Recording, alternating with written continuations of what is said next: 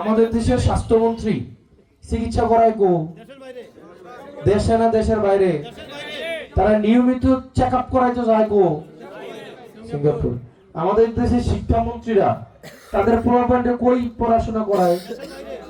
দেশের বাইরে। এবং অক্সফোর্ডে না, অক্সফোর্ডে পড়তে ঠিক তো হয়, তারা টেয়া দিয়া বিদেশি বিদেশি স্কুলগুলোতে পড়ায় না? পড়ায় কিনা?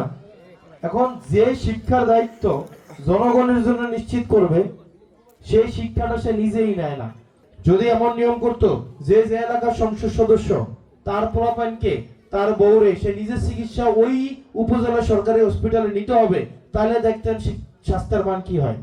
নিয়ম করত যে প্রধান শিক্ষকের পোলা মায়া অবশ্যই তার স্কুলে পড়াশোনা করতে হবে, দেখবেন পড়াশোনার মান কই থাকে।